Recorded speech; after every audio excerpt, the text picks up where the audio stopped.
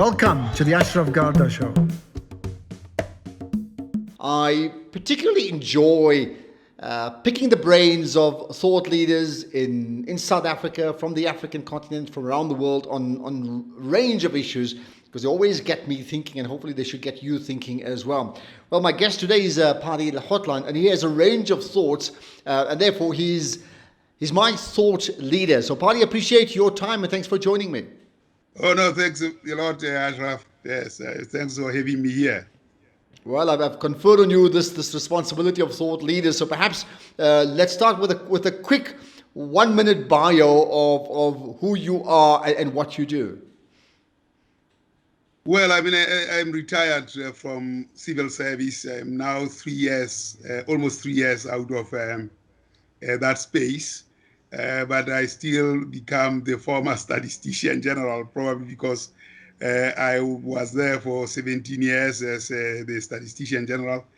And the other half, I was working in the statistics office. So it's been a long history, and I think I qualify to be notable in that environment, having played quite a large role internationally as well. I chaired what is called Partners for Statistical Development in the 21st Century, Paris 21. I chaired the Statistics Commission, the United Nations Statistics Commission. I chaired the Statistics Commission Africa, and I was the founding member of StatCom Africa. It was having its seventh session more recently.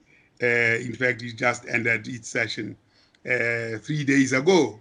I started a young statisticians program so that we can, as we walk away, younger generations come through. I hosted, or at least South Africa in my tenure, hosted the Olympics of Statistics, the World Cup of Statistics, both the International Statistics Institute in the 57th session in 2009, and the International Union for Statistics, for International Union for Study of Populations, IUSSP, for the Scientific International Union for the Scientific Study of Populations. I hosted that, and in fact, on the last day when we closed, that was my day of departure. So we changed the baton from myself to my successor, witnessed by 2,000 international guests. Nothing beats that. Well, absolutely. So, I mean, the key word in all that stellar bio that you've just run through is the word statistics or stats, right? Why is stats, or why are stats important? Well, I think statistics, as I argue and define it, is a conduit of trust. And only those who can be trusted are the ones who should supervise it. If you can't trust them, don't even try and put them there. Because it is the glue that holds society together, for good or for bad. But it is that glue that brings the truth to the fore. And the complex laws of society, laws of motion of society and economy, that's what reveals that complex image. And we've got to interpret and translate what that complex picture is and what it implies for development. And I suppose in that sense, I mean, the issue of statistics or data to confirm a position or to refute a position is very much part of your personal DNA, isn't it? Yes, indeed. I mean, we have to use principles because personalities come and change, and we are fallible as mortals, ordinary mortals, depending on the nature of incentives.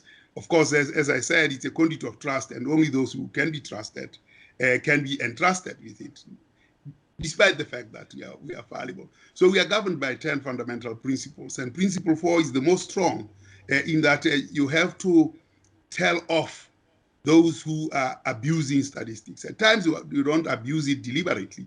It's only that you don't understand it and you misinterpret it.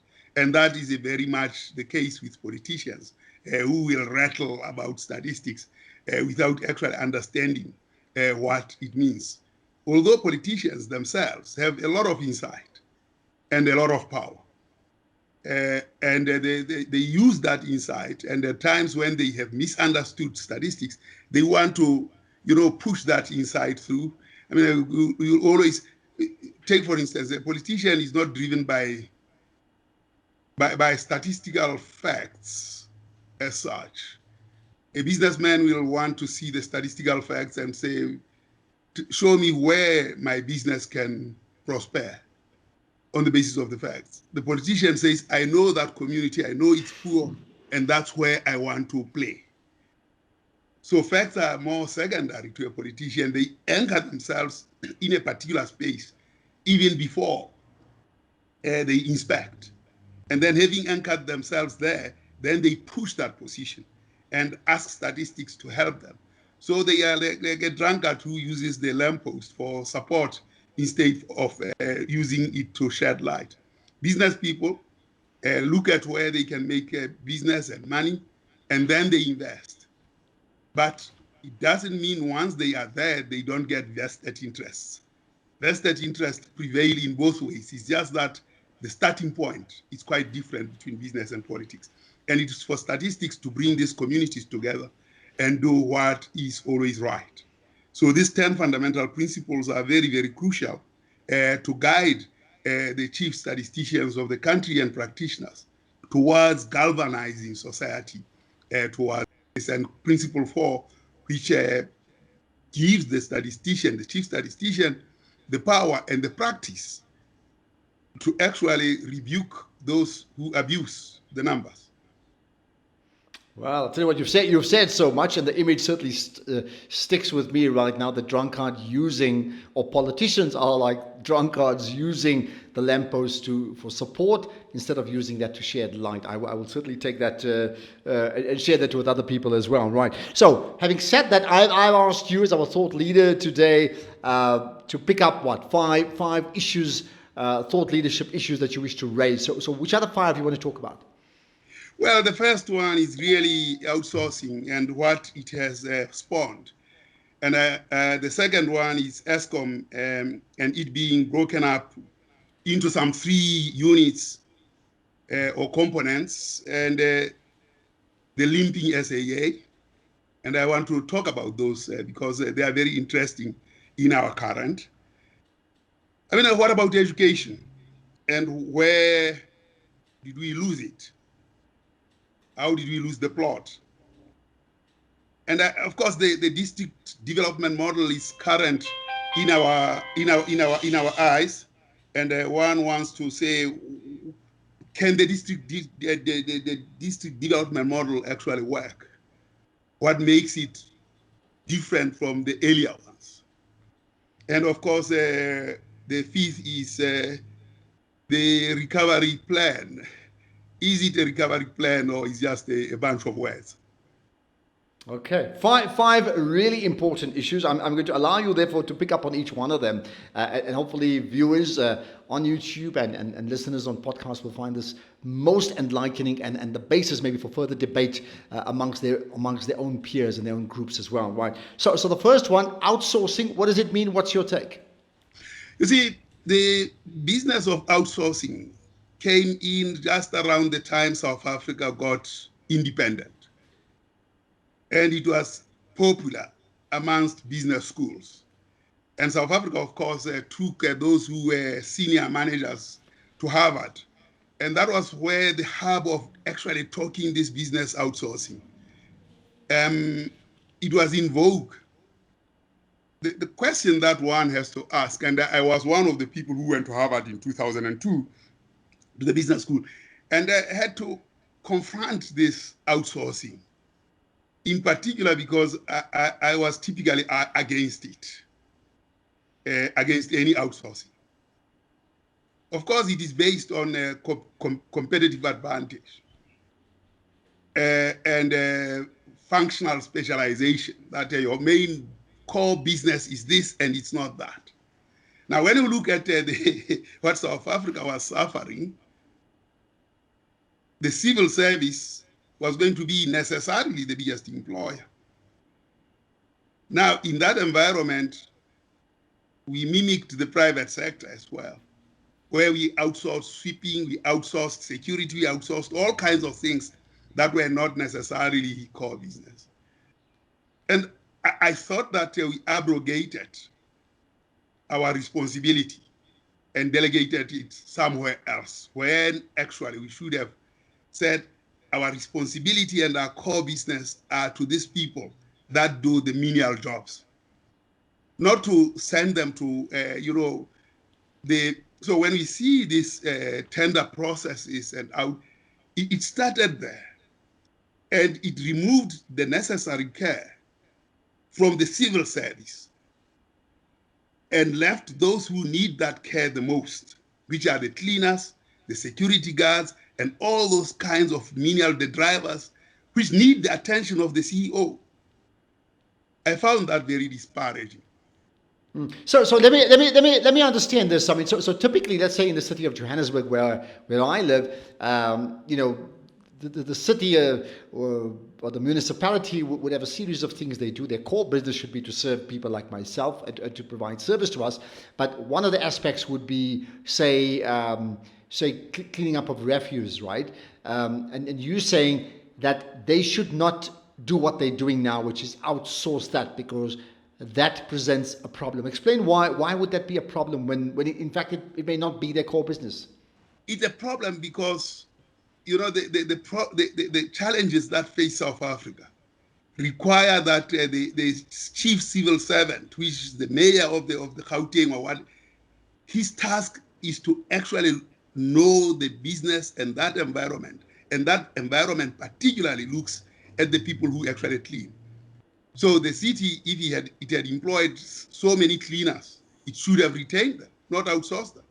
Because by so doing, seeking efficiencies, you are removing your sphere of influence to run efficient services and passing it on to somebody whom you think will run efficiently, when actually your core business is a political economy. And that political economy is about those who are at the bottom of the rungs. Once you have outsourced, they are subject to people who actually run tenders. And each time a new tenderpreneur comes in, he throws all those people out, and there is no growth amongst them. This is something that I fought very vigorously in my organization. And whenever we employ drivers, I said, you know what, you guys, you have to come in here as a driver, but be assured that there are opportunities, and you will exit here not being a driver. One of those was my own driver when I ran the census. And when I said, I'm sending some people to Tanzania to go and study statistics, he was amongst them. Then they said, but he's temporary. I said, he's a South African. His citizenship is not temporary. He's actually my responsibility. And he went to Tanzania, got his certificate. There was another one. The cleaner, same thing. So focusing on those lower ranks in our society can only happen when they are part of your employees.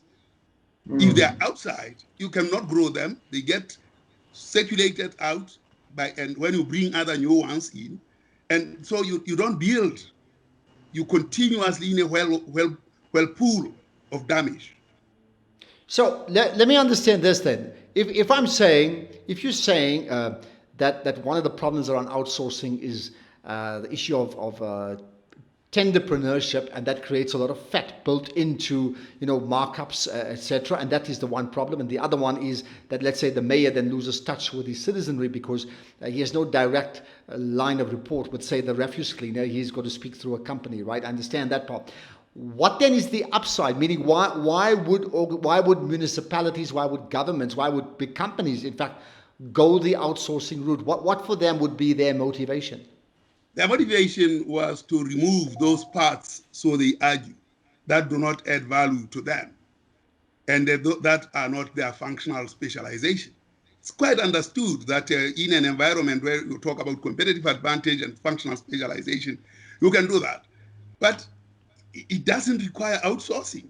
It requires immersion in the management principles that fit that environment.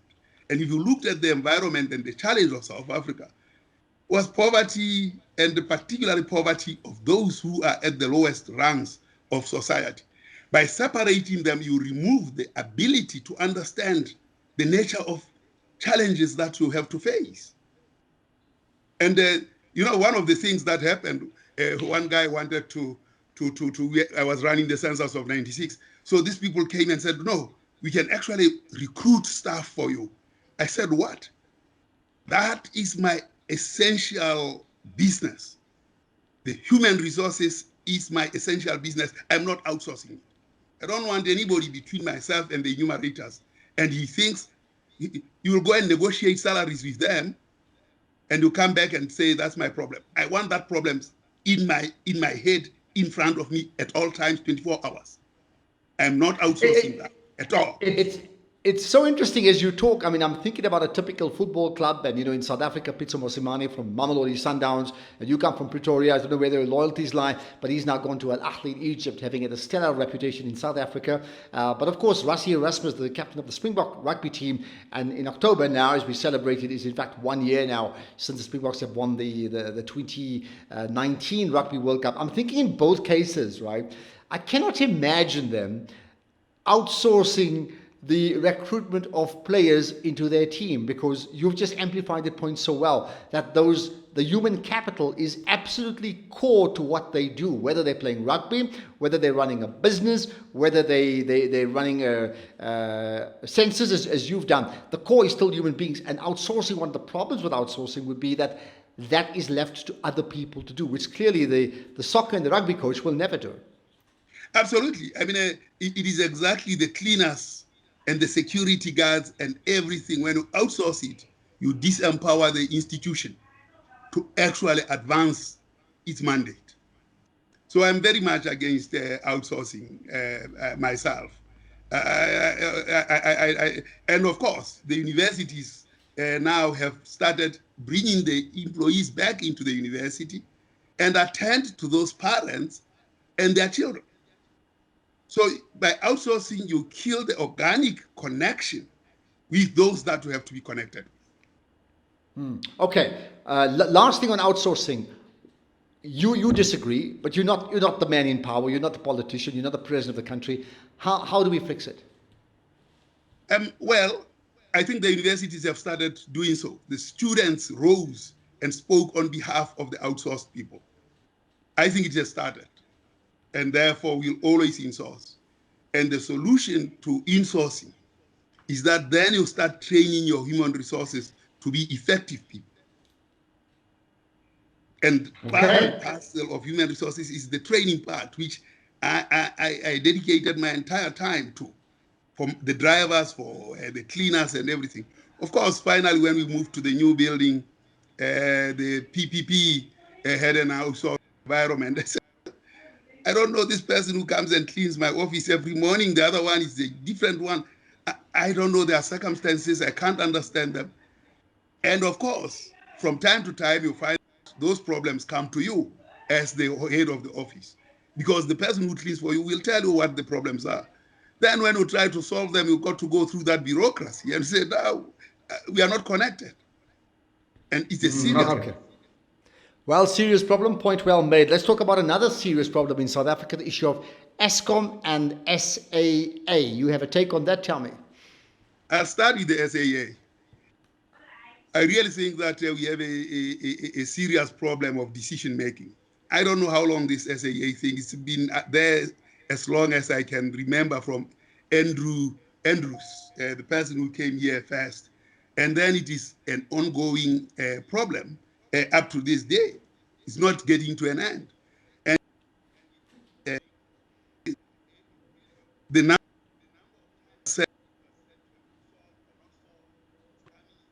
the whole thing has been so ethereal and ephemeral that it's almost a comedy of errors I've never seen in my life.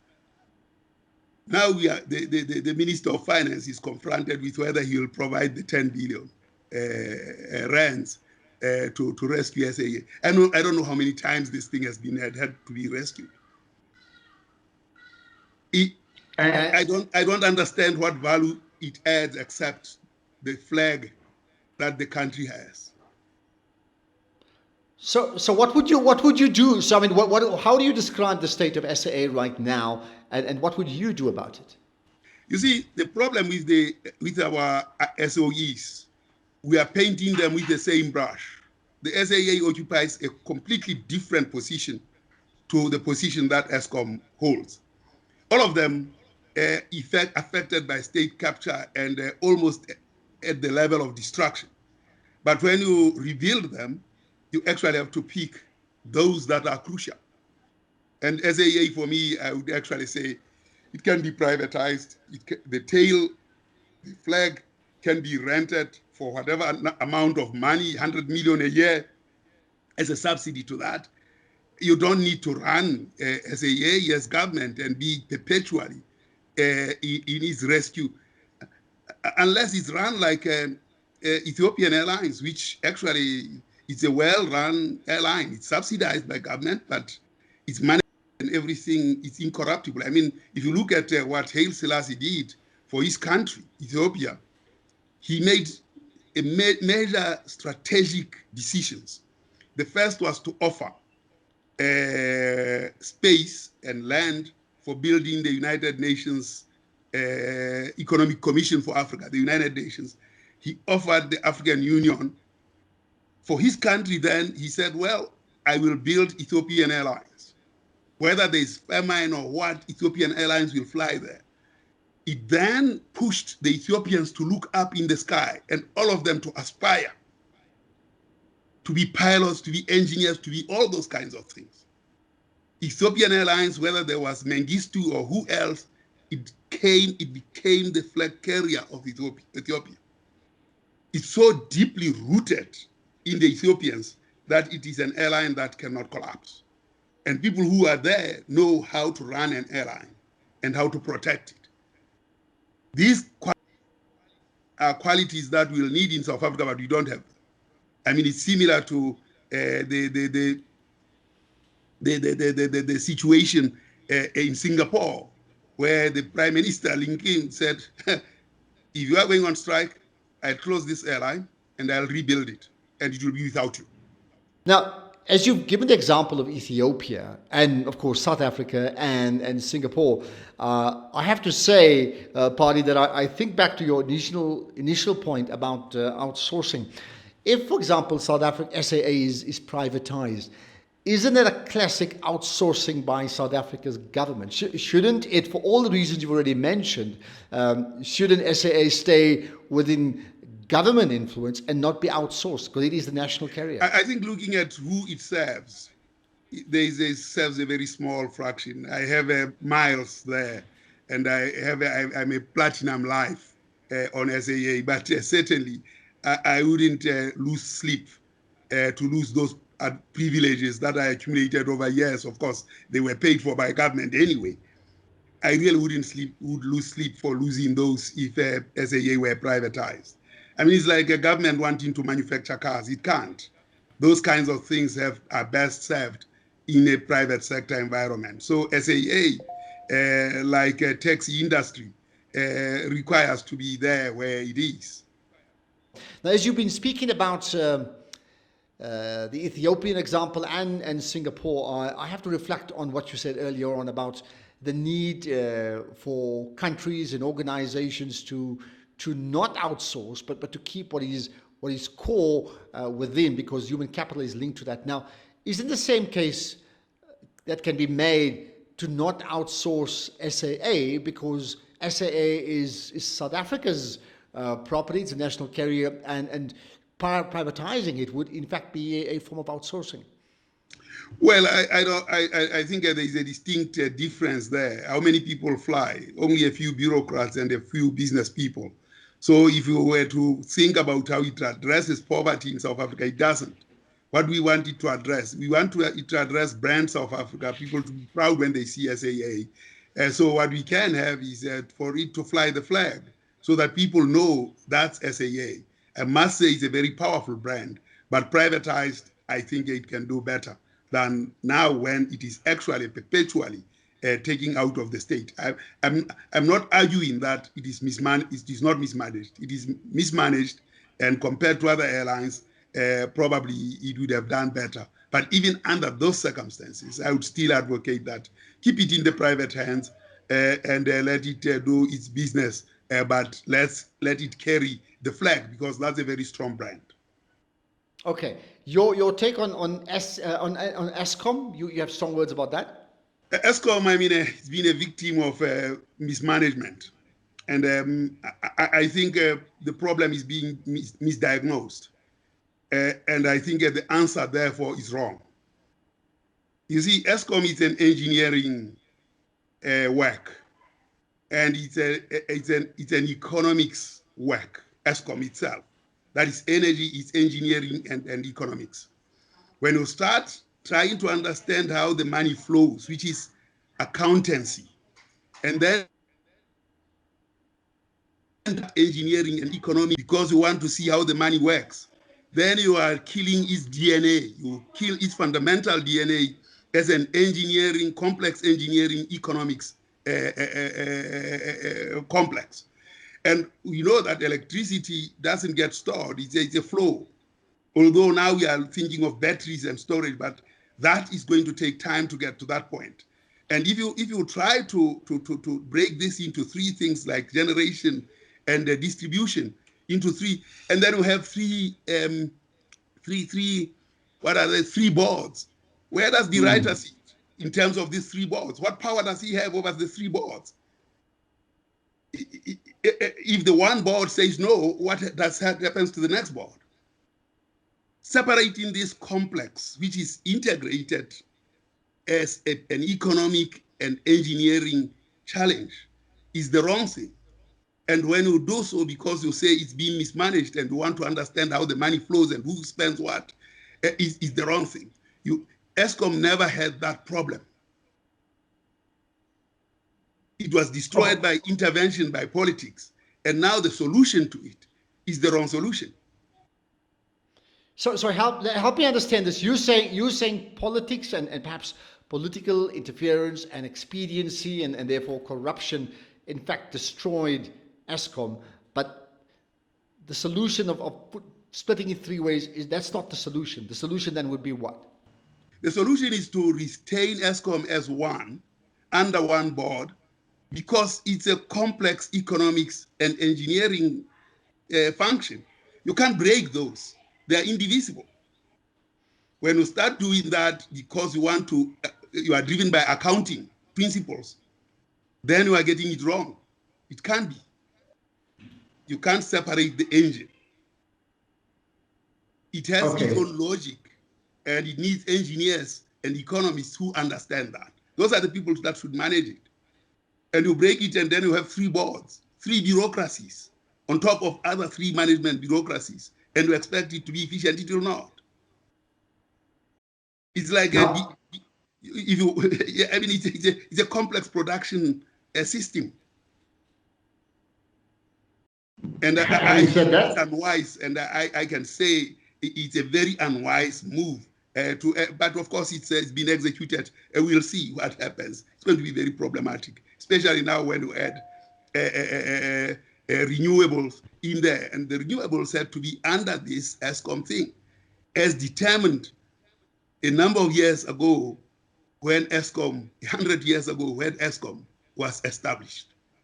And let me understand the difference here. Yeah, the difference between you're saying SAA, it's okay to privatize, but you're not saying the same thing for Eskom, right? Why not privatize Eskom? No, Eskom is a development instrument. Its mission is development. It must supply energy at an affordable, low cost in order to stimulate industrialization. Where are we in South Africa? We need to stimulate industrialization. Now, you privatize it, or you separate it into three, you actually are undermining that mission of focusing Eskom on industrialization. And what problem were you trying to solve? Because politics and corruption got in there.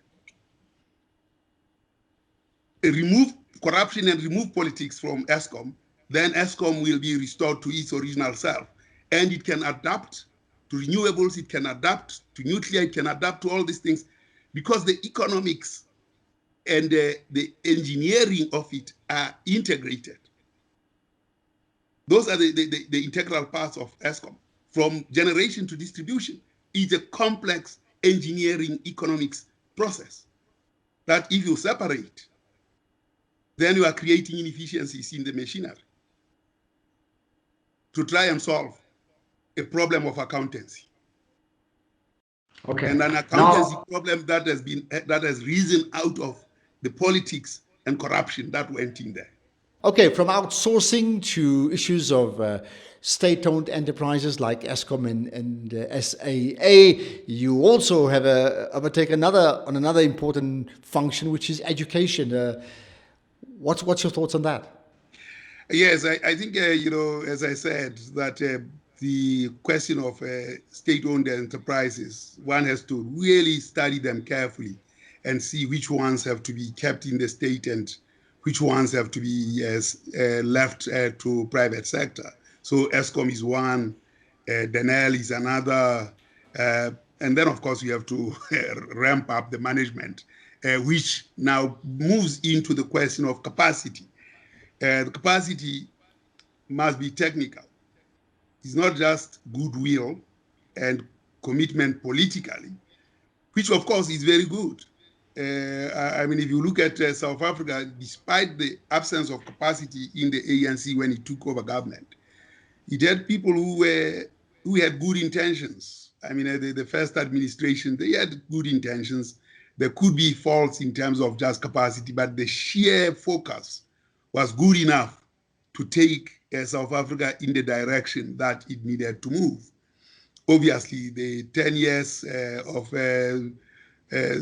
Zuma and then the 2 years of Ramaphosa have already proved that the rot has gone so deep that it's very difficult to turn the ship around.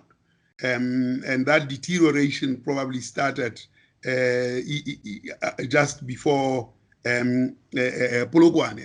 It doesn't mean that the seeds were not there right from the beginning, but I think the ability of the civil service to think of doing what is right was at the center of the first 3 administrations, Mandela and the 8.5 or 9 and something years of Mbeki. Now, but again, their education became a victim. I think the idea of thinking that you could turn AMBACs into universities was a false idea. You really needed to have people who are well trained in knowing how to handle a broom and sweep, so that a nurse knows how to clean the wound and sweep the floors and do all those things, not speak English to the wound. What we have produced now is that those people are now speaking English to the wounds. When we had the benefit and advantage of building stadia as we moved to 2010, we had already destroyed the colored community who were welders and AMBACs and other communities, but particularly the colored community was destroyed. It comes out in the data, you see it all the time. So getting the education right and it be technical is the most important thing. You need to get education right from primary to secondary to high school to technical post-secondary and so on. All that has to be dealt with comprehensively. And I think the focus of the government on paper on ECD is the right focus. But the delivery mechanisms of ECD is between social development and the Department of Education. And that's where it gets very, very messy. Because I think there isn't a clear plan. Because if there was a clear plan that social development has to support, education has to lead, and they together as they go into that classroom, that would solve the problem. And this is the problem of planning. I talk about planning all the time. People say, no, it's implementation. You can't implement a bad plan, or rather, you can implement a bad plan and it will be implemented badly. So most of the time we implement, but we implement these plans very badly because they are bad plans. And people argue that they don't have time for plans, but education is one of those things that if you look at Verwoerd, he planned it so well for apartheid, and he delivered with distinction for apartheid. So if you look at Verwoerd's model of planning, then you'll understand what planning means. You plan in the detail, and you plan towards your objective. At the moment, we don't plan in the detail. We make slogans and think that that's a plan. So education is one of those things that have been victims. Let me give you a number of examples. I got in trouble with both Mr. Mantashe when he was Secretary General and Blade Nzimande when he was in education. When I said, you guys, we are performing worse than during apartheid. They wanted to roast me, and they were supported by the likes of Taylor and someone else. And I said, look, if you want to look at the performance of a system, and probably now that we know that there's something called coronavirus, any number that is higher than 1 in the pandemic means that the pandemic is defeating us. If it's below 1, that it is point something and progressively becomes point something in progression terms, it means we are defeating coronavirus.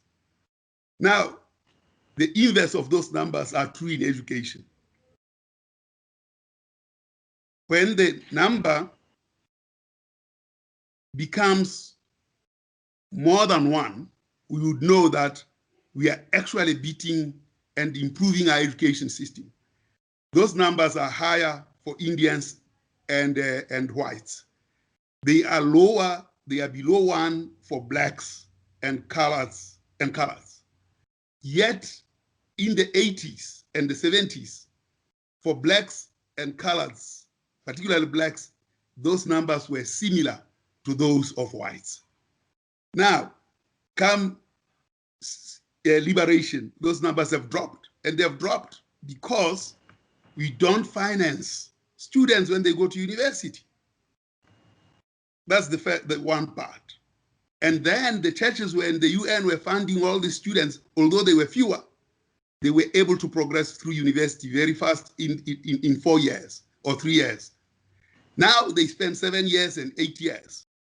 So while in 1980, for every black person that graduated, there were 1.2 whites who graduated, which meant that the ratio was very close. Now, for every 1 black who graduates, there are 4 or 5 whites that graduate. Now, trying to explain that ran above the heads of some ministers, and they thought that what I was saying was wrong, because they were looking at absolute numbers. That no. We're having about 100,000 now compared to 6,000 then. I say, yes, the numbers are big, but they are not, in terms of progression, we are not going to reach the destination. So in order to reach your destination, every cohort that progresses must be above 1 to show that we are progressing. So education, we are failing at the university level because we are not funding it. We are failing because we are not paying attention at the primary level. We are also failing because the home environment is not very supportive of education. So Minister Mzekha, when she meets these children, they've already developed insults. They've already developed all kinds of manner of things because they see it at home from conception. And by the time they come to school, they're already destroyed.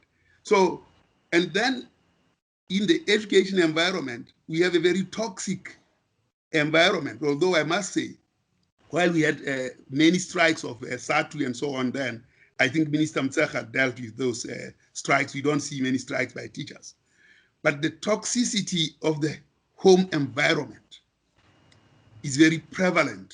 So we have created tensions between ourselves as society and the teachers. And the children are caught in between this environment, and it becomes very toxic. And then, of course, with social media, things are getting out of hand. It doesn't mean that we didn't fight as boys and girls and bullied when we were at primary and high school at our times. It happened. There were those organized battles at the end of the year. These things happen. But I think there was always observation and respect for teachers. And the parents did the same. And I think what is necessary in South Africa is to understand that when we take these children to teachers, probably those are the only parents they have. And the conduct of the teachers towards them must imbue that understanding that they are probably the only parents that those children have. Because the real parents are either traveling at 4 o'clock in the morning and coming back at 10 o'clock. If we understood that environment and context, probably we would come with a better social compact of how we galvanize ourselves around the education of children.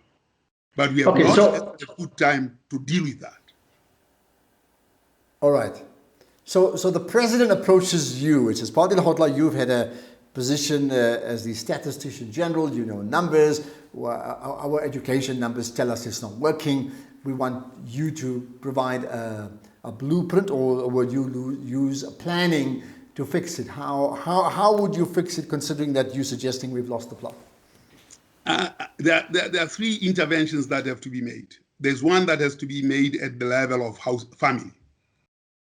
Understanding that the family system in South Africa is a broken system. And understanding that it will take time to fix it.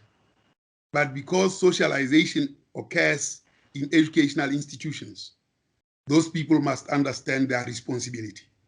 But for them to understand their responsibility, they need to be supported. We cannot be fighting them as parents. And that support must be absolutely primary, that these people are taking care of our children. And there has to be a system that is put in place for them to do that, because reversing spatial developments of apartheid is going to take long. I mean, you don't get rid of Mabopani or any other place soon. And you know that you will be a kitchen girl for a long period of time, traveling at 4 o'clock in the morning and coming back at 10, and never having time to look after the children. So the socializing agent is the school, and that school must take responsibility. If we can, as households and families, understand that concept and that challenge, I think we can break the back of this animal, because we need that discipline, we need that love for children and so on, so that we can rise together out of this difficulty, rather than that difficulty polarizing us. The second is to make sure that this 33 and a third percent pass rate is not right, and creating maths literacy is not the right thing. I'm not against maths literacy. I think it helps because it defines what mathematics is for. If I talked about statistics without saying what it does, I think people will say these numbers don't make sense. So maths literacy goes a long way in explaining how maths gets applied. So it's very important, but it cannot be a substitute for mathematics. What has happened is that we have created very bad incentives, because at the end of the year, everybody wants to see their children passing.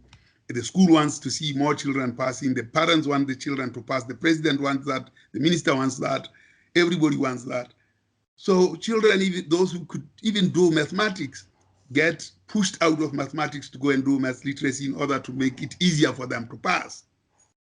Then when that pass is a little higher or even lower, the president said we are making improvements. We are not making improvements at the end of the year. Surely, let's congratulate those who have passed, but let's not deceive the country that we are doing better. It can't be, because the numbers don't suggest that at all. And of course, it was blatant demand of the university, but that should go through the university, because it's only 1 in 10 that will do so. So that's a bad situation. And 1 in 10, when they have done that, only a fraction of them will actually go through the university. So out of a cohort of 1 million children born who die over time because mortality takes its course, and those that go, only 10% of those will actually reach university. It's improving now, but only a small number of those. So it's a terrible situation. I think we have to talk to the facts. So the political system must be terribly worried about the wastage that we have in the university. Year in, year out, we spend so much money, it's going to waste. And we are not producing what it is that we desire. Now, with the 4th industrial revolution, we think that it will help us to get there. I think it's not going to. It's going to make matters worse. So we need to fix these fundamental issues. in the home. And I think the early childhood development, if we focus on that, and I think government is focusing on that, is the right focus to make in order to get our education system going. I can't prescribe because I'm not an educationist, but I think if we bring problem-solving education, then we can move. When I was growing up, we would wake up very early before we go to class to go and mow wheat. And then by the time we go to class, we had actually done some work in the fields, which will have started about 5 o'clock or 4 o'clock in the morning and gone to plow. And by the time we come into class, and we knew that out of that, those crops we are going to consume, we knew what to produce, that we produced what we consume. It was a skill that no one can take from me. Even now, retired, I grow some chickens here. I still grow things. So it's a problem-solving education. Tell you something. My father, then we were not plowing, but we were sharecropping with the priest, and they delayed to milk their cows, and the cows left for the fields, and I was going to class. So my father said, "Look, take this cow to the other kettle before you go to class," which I did. And then came back. And he looked at me because he was my father. He was a teacher as well. So I was in standard 3. So when I got there, he said, "Hey, have you taken the kettle, that cow to the kettle?" I hadn't. And I said, "Yes, I did." He said, "How did you do it?" I said, "I did." He said, "No, how did you do it?" I said, no, I did. Indeed, I did. And he said, "No, you didn't get that." Right, so you've raised important issues around education, but let's move on to the next of the big issues you want to raise as our thought leader, which is the issue of a district development model. So what is that, and what's your thoughts on it? Well, I'm saying that around the district development model, I'm quite happy in that space comes into the equation in a very clear way. And I think it may help us get out of the morass, or at least mitigate ourselves going forward. But I have reservations, though, around that. Not from what it intends doing, but from the inputs into what is intended for it to do. And I think there are conceptual differences there that are fundamental. You see, the economy follows specific laws of motion and generates spatial manifestations. I mean, it regenerates itself in space. So you got to start from the laws of motion of the economy and what you intend doing with that economy before you can define the space around which it should manifest itself. By confining and defining that space as a finite object constrains the possibilities of what you want to correct. And that is a fundamental problem, is a fundamental difference. And therefore, you've got to start from the economic policies that you want to put in place before you go to the district model. Because part of what it does by defining those, you actually understand what the end game will be from a point of view of the laws of economy of motion. For instance, in South Africa, as we sit now, which is part of the economic recovery plan discussion that we'll go into, is why are we in the state in which we are? I think that question has to be answered. We've seen some moments of brilliance in 2000, in the 2000s, towards the end of 2000s. But of course, we have been on a downward trend since. And the question must be asked, is the economic policy that we follow the right policy? Or do we have to do something around it? I'll get into that so basically, the district model should be predicated on the economic policies that have been chosen or that are to be chosen. The deliberations on that should then generate through the laws of motion of economics into a district model, which at one level cannot be a fixed spatial entity because the laws of motion act in different ways. It's almost an amoeba. That's the first. And in the second place, it cannot be finite from a point of view of a particular approach to economic policy. So what does the district do? What it does, I think, and what you see in some of the data sets, I could share a screen if you wished, but maybe not. But I think I should. What it does is, and the evidence is there, and what is intended is to ensure that what we observe actually gets resolved. If you take, for instance, user satisfaction survey in KwaZulu-Natal, which of course, fortunately, is the only province, or is the province not only, is the province that allowed Stats SA or invited Stats SA to run a user satisfaction survey.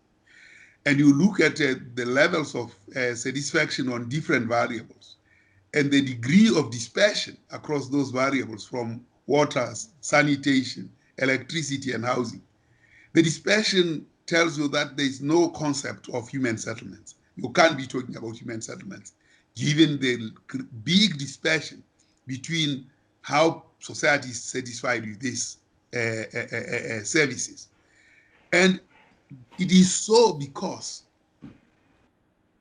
every department, national, which provides water, which provides sanitation, which provides housing, they actually organize on themselves and then go into those spaces to operate. And therefore, the standards that have to be met are not met. And I think in an attempt to try and say, well, you'll have to define yourself within these spaces, the district development model tries to tie the hands of these people to work together. And what I'm saying is that is one level at the operational level. There is a bigger level at the policy discussion level that should take into account the laws of motion of the economics and how it displays itself in space. I was saying, yeah, I'd love to talk to you about South Africa's economic recovery plan in just a moment. We'll get there. But here's your thought, and it's linked to this district development model that you're suggesting.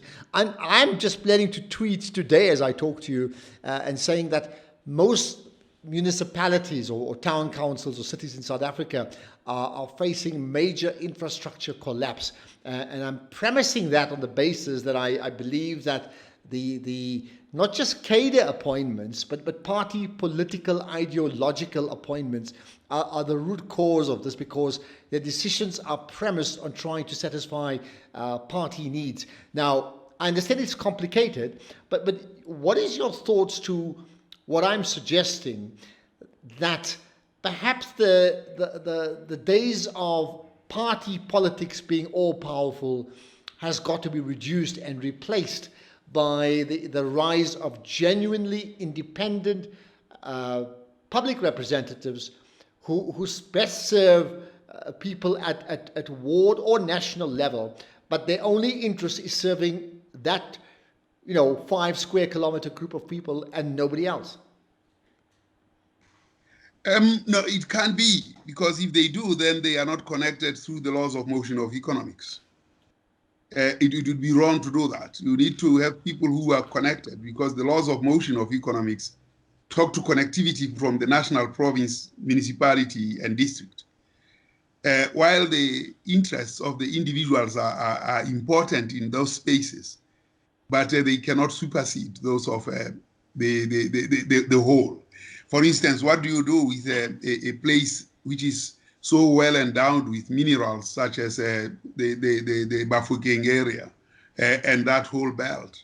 That is a commons for all of us, not only for the Bafokeng. Of course, they may have locational benefits, and because of those attributes of being located in that area, they may have preeminent benefits.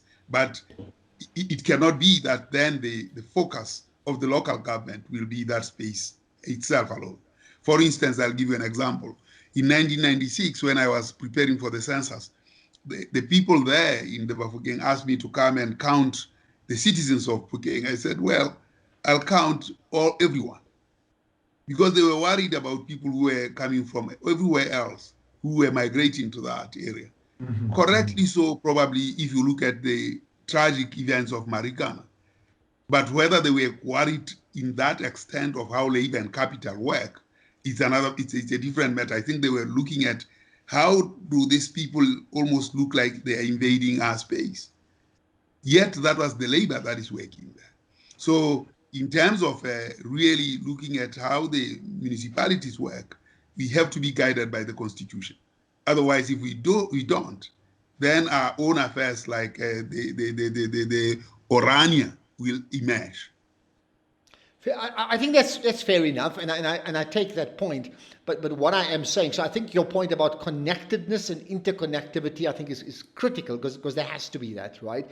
But what I am saying is, what is stopping, 100 independents being elected to town councils and then do still connect with each other, but they are independent and free of the ideological baggage that comes with them being connected to political parties at this point in time? Well, ideology is very important, I should say, because ideology defines the way of doing things.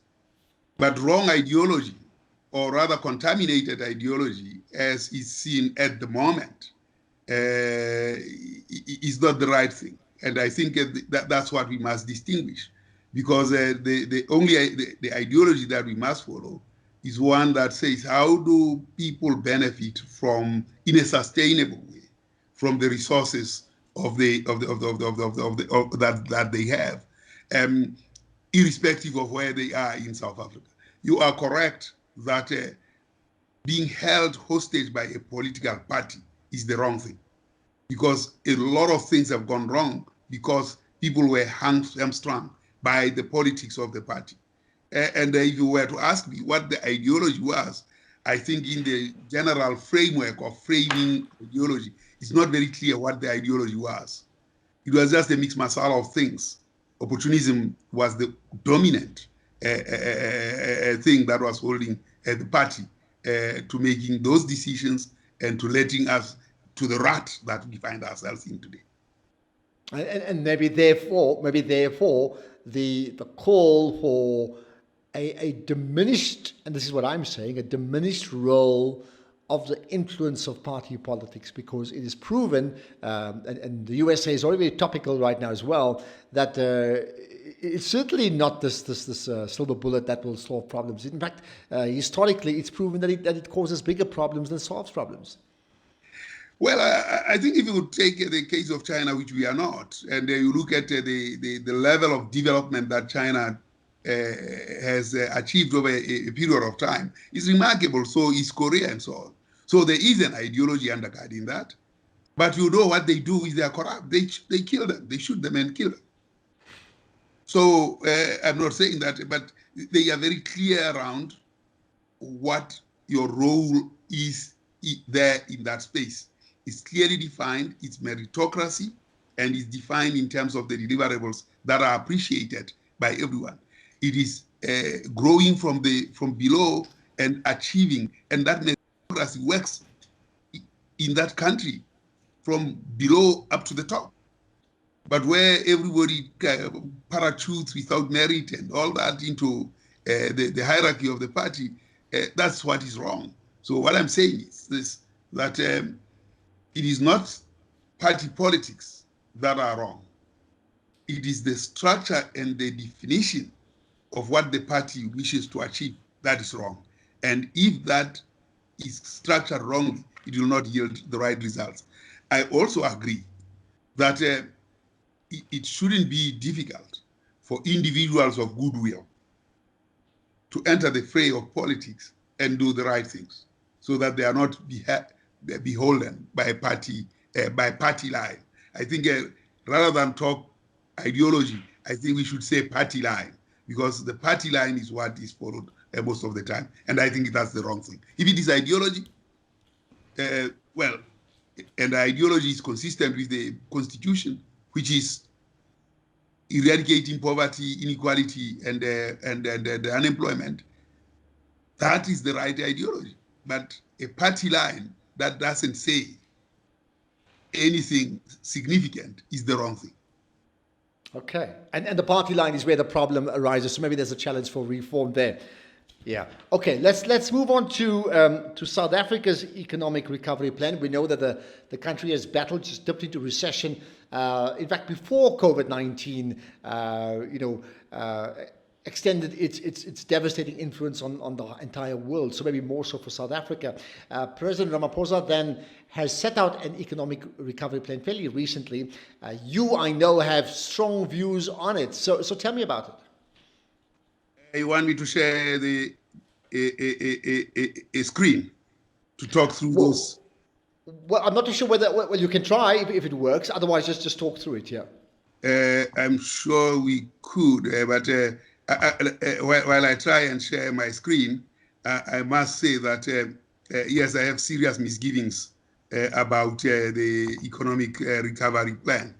I have a great respect on the assertion and the question that the president posed, which was, and the way he framed this, which was, it must be different. And in that different, one, no doubt, would be very hopeful that that difference will be different. So the question is, what is that different?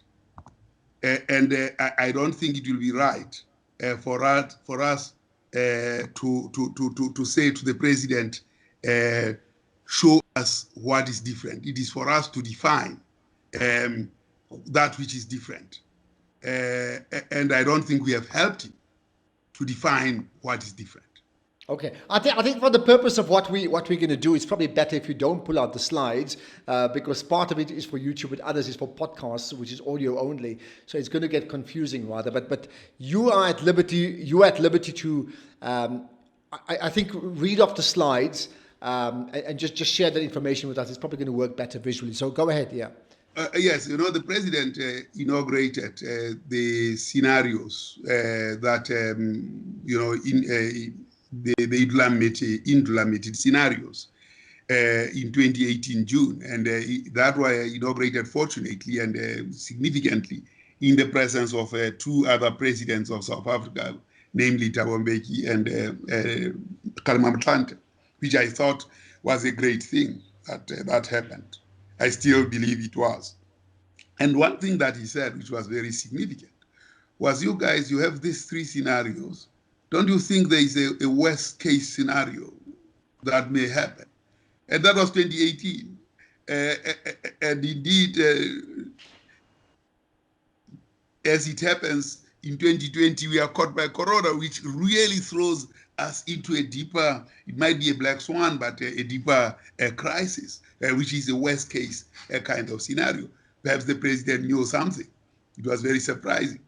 And based on that, when he said it must be different, one had to understand that it will be different. It will not be the same as what it was over the number of years of high unemployment, high inequality, and poverty.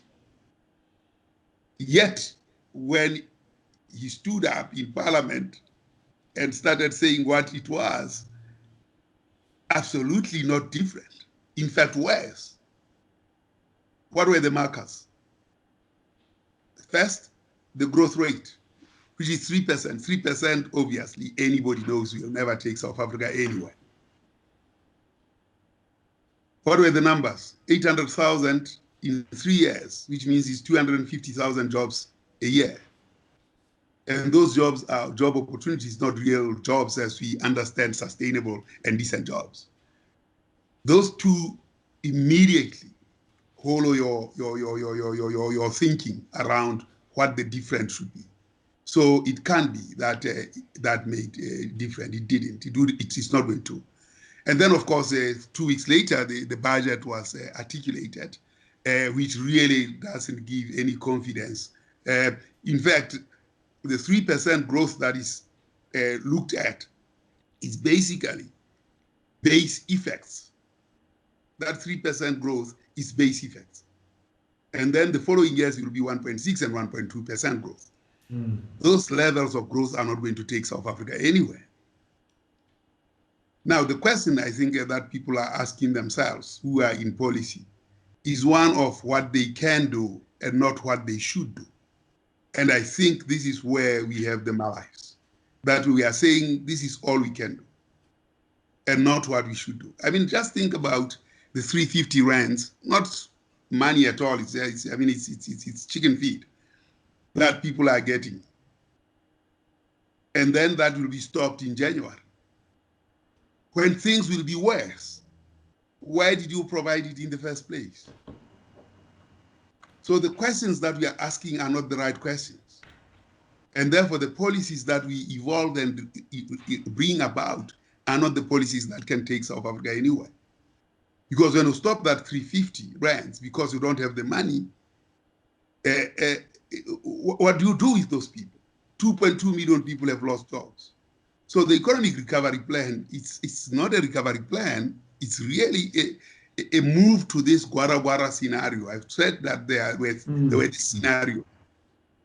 The one scenario was the Gwara scenario, which is basically an immiserizing growth scenario, whereby the austerity measures that we have seen over a number of years will continue to be undertaken, whereby there is no role for the Reserve Bank and the Treasury in stimulating the economy, where particularly the macroeconomic framework will be targeting a debt to GDP ratio and inflation. And those are the only things that seems to be targeted. There's nothing about work, jobs. There's nothing about employment and inequality and poverty. In that whole plan, there's nothing. By the way, the National Treasury used to publish all these indicators, macroeconomic indicators, in the past, including those related to employment, in the reports that they were preparing previously. This time around, they no longer touch employment inequality. And so why have they removed those indicators? Because they are embarrassingly anti-development, those indicators. They show you what, and at least publish them so that you can say, you people of South Africa, this is what we are giving you from our macroeconomic plan, so that people can make choices. But by removing them and hiding them now of late, or not putting them across, it means that they are not geared up to model them into that and give the results so that we can know what the future looks like. So the macroeconomic plan surely that recovery plan is not a plan at all. It's a plan for a Gwara scenario and miserizing growth. The second scenario is the business as usual, which is Isibujwa, which gives you the 3 or so % growth. And then the third scenario is the Naila Walk, where the proposals that have been modeled are a more increased participation by the Reserve Bank into the economy, which is its responsibility. Anybody, any institution that is responsible for the macroeconomy has responsibility on employment inequality to deal with that, in addition to inflation as well as things like debt to GDP ratios. But removing those two means then, therefore, you are going with an equilibrium that looks at cycles, business cycles, and doesn't look at the long-term implications of an economic growth, of equity in the economy, and so on. So I think we are avoiding to bite the bullet of which direction the economy is going to go. So therefore, let's say President Ramaphosa spoke to you and said, you have a wealth of experience, you know stats better than anybody else, you understand the issues of the economy, but also a country, a development state. I need to ensure that our economy does recover. Give me advice, how should we implement an economic recovery plan? So if he asked you that, what would, let's say in 5 key points, what would you tell him? The first thing would be to abandoned the austerity measures. His economic policy is about austerity. Focusing on debt to GDP ratio and reducing debt is the wrong thing to do. What the economy requires is growth, and austerity is not going to yield that growth. It's already proven that it will grow at 1.2 and 1.3%, and it is hoped that it might grow at 3%. There is no space for hope here. You need to run a plan that is robust, and only hope when you have seen that, perhaps when you have seen that the plan is robust. The plan is not robust. For instance, brought a business plan, the business for South Africa, their plan of 1,000 pages. I would have brought in those elements into the plan and addressed as to what they will generate. Business for South Africa says, well, in terms of what we are looking at, we'll grow the economy at 5%. We'll come with an unemployment rate of 12% or 15%. We'll have a debt to GDP ratio of 60%. We'll have a Gini coefficient of 0.43%. These targets by business are bold, and I think they imply the new. I would ask business, how do you make this happen? In fact, I wouldn't ask them how they make it happen. I'll say I accept these targets without even any further question. I am locking them in there, and are my targets. They have become now my targets. What I'm going to do now is to exact from you how we are going to do it. And I'll allow you all the latitude to ensure that we do that and achieve that. Implementing that roadmap. And that my discussion will be about that roadmap to achieve those goals. And I think by that discussion, those goals would be achieved. Because in the modeling that we did with the ADRS, those goals are achievable. But they cannot be achieved for as long as you keep the macroeconomic framework the way it is, where you target inflation and target debt to GDP ratio. You need to relax, extend credit. At the moment, credit is 7%. When South Africa achieved a growth rate of credit extension was about 15%. The side of the economy that is collapsed, it's actually more importantly the demand side. Of course, the supply side has died. But you cannot think of growing the economy by trying to drive the supply side without getting to the demand side. Obviously, there are things about the government, the civil service bill. The issue, yes, it's important, but it's neither here nor there, really.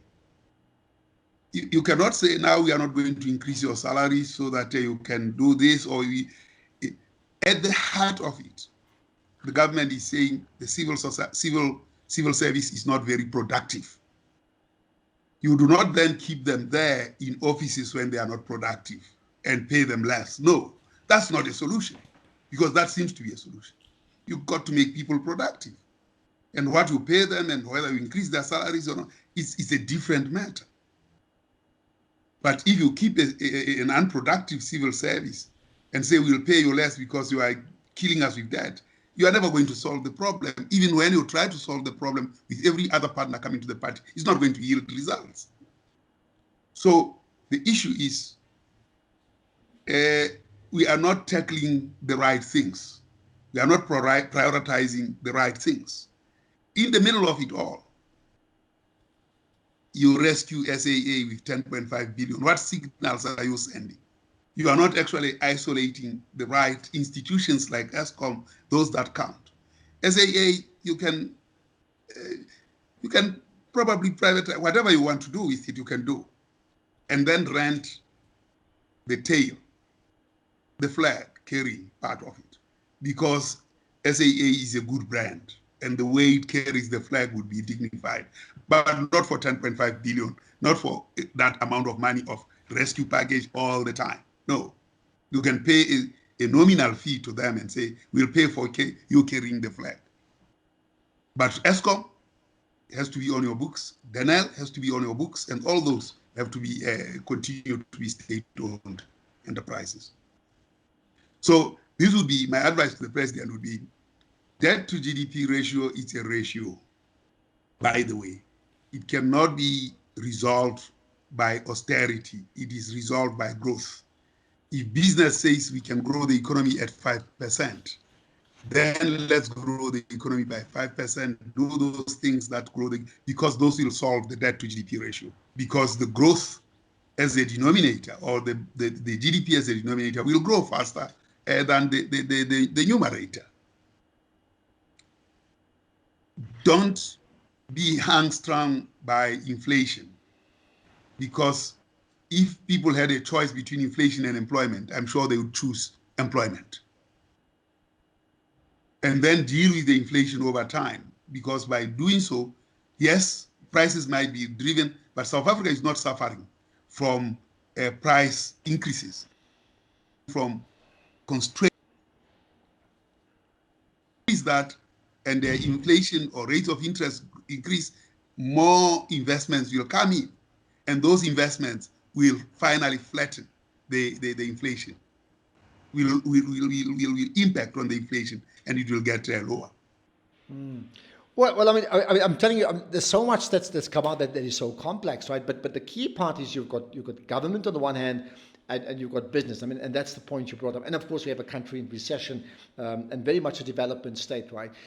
So therefore, what should the role of business be? Why I'm saying that, there's a school of thought that business must be on the outside of development. We need business, but it cannot be left to them to determine the pace of development to nation building of our country, because that's classic capitalist society where profit will be the only motive.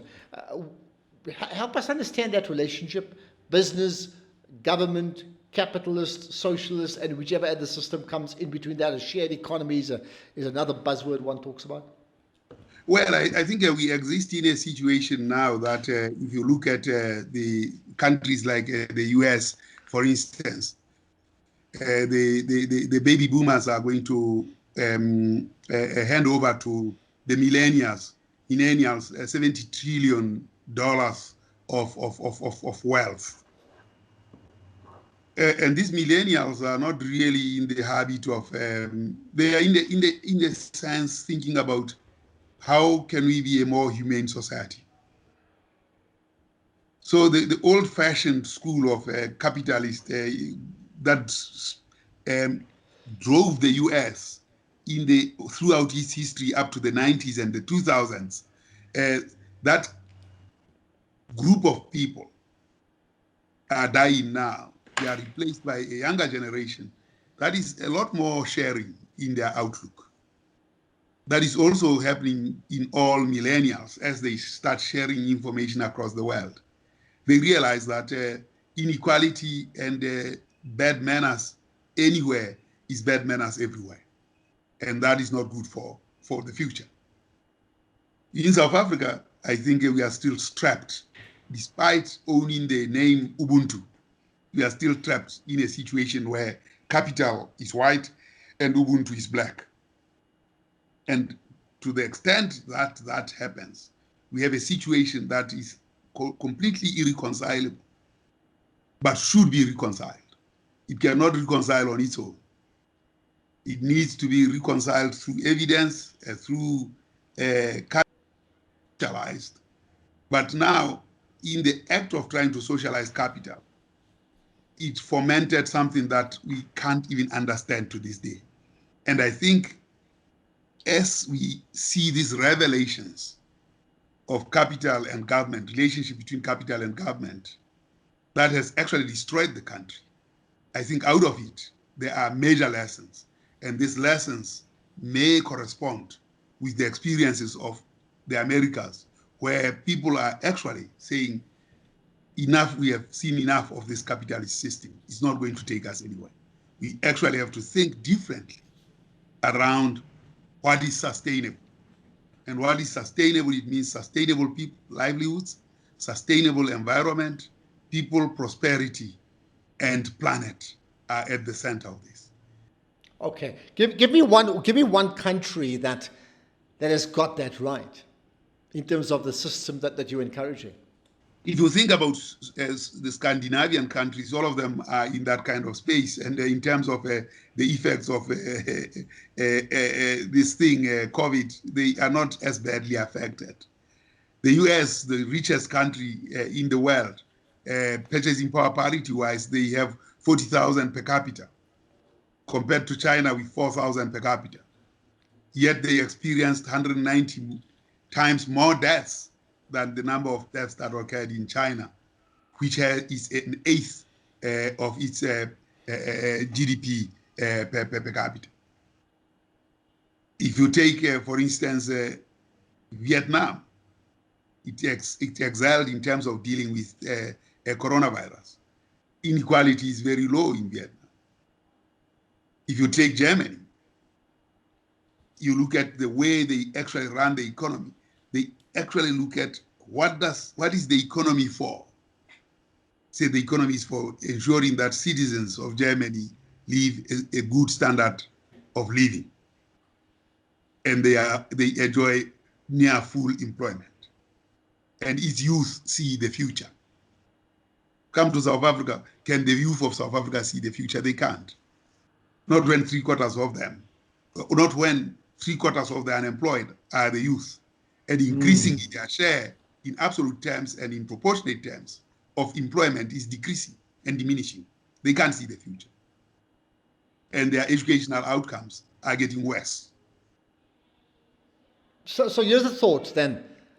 The countries you mentioned, I mean, you touched on China, and you mentioned Vietnam, you mentioned Germany. Those are countries by and large that are getting it right, okay? If you can give it to me in just one line, let's call it a soundbite answer.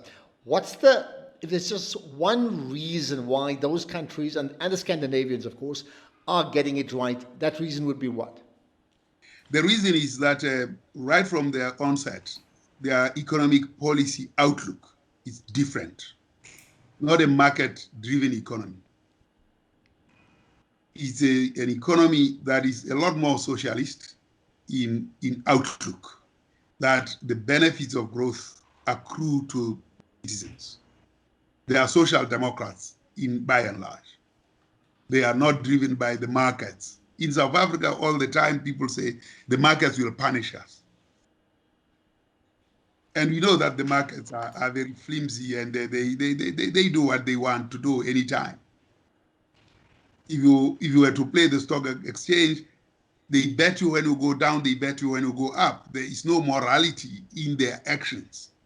For as long as they make the profits, whether you lose, they sell. When you gain, they buy. They bet you on the up, they bet you on the low, they harvest their guesses. So you cannot be driven by people who are guessing which direction the market will go. You have to have a long-term plan that is steady on the line, on the steering, and says this is where we want to go.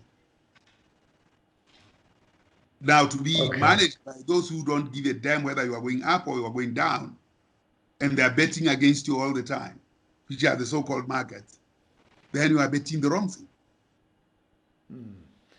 All right, lots to think about there. Is there one final point you wish to make around the economic recovery plan, something that maybe we haven't touched on?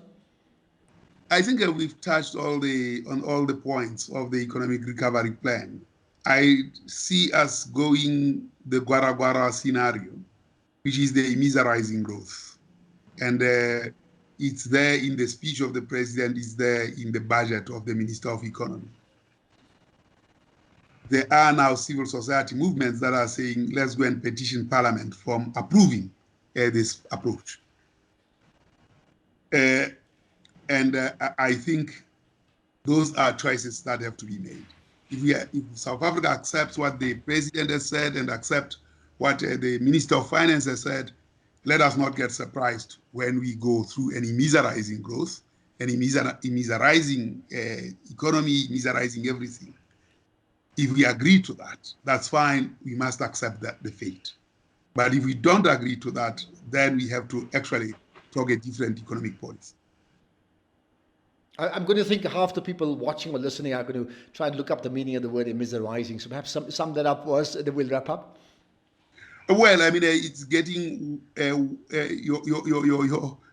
are in a self-defeating mode. Each cycle goes lower, lower, lower, lower until it finishes you off. That's the meaning of miserizing. That it is growth that actually makes everyone poorer by the day. And what is happening in the economic speech of the president's speech and the economic financing, that in that environment, only business will continue to grow.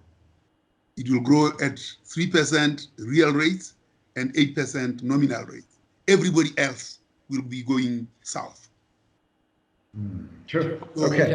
it's going to increase inequality. All right. Lastly, you know, I drive Champion South Africa movement with the goal of becoming a champion nation. Just, I mean, we can speak for an hour, and I don't want that. Just one specific intervention that we must make now if we ever wish to achieve champion nation status. We've got to change our economic policy approach. Completely, I'm convinced that the evidence is clear. We've got to change that. And if Champion South Africa and our movement can do that, we'll be better. It's better for all of us.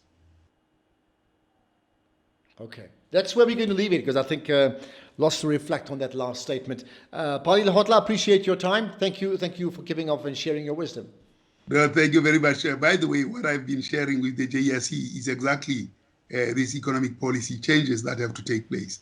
And the people that were on the panel looking at the ESG, the environment, society, and governance indicators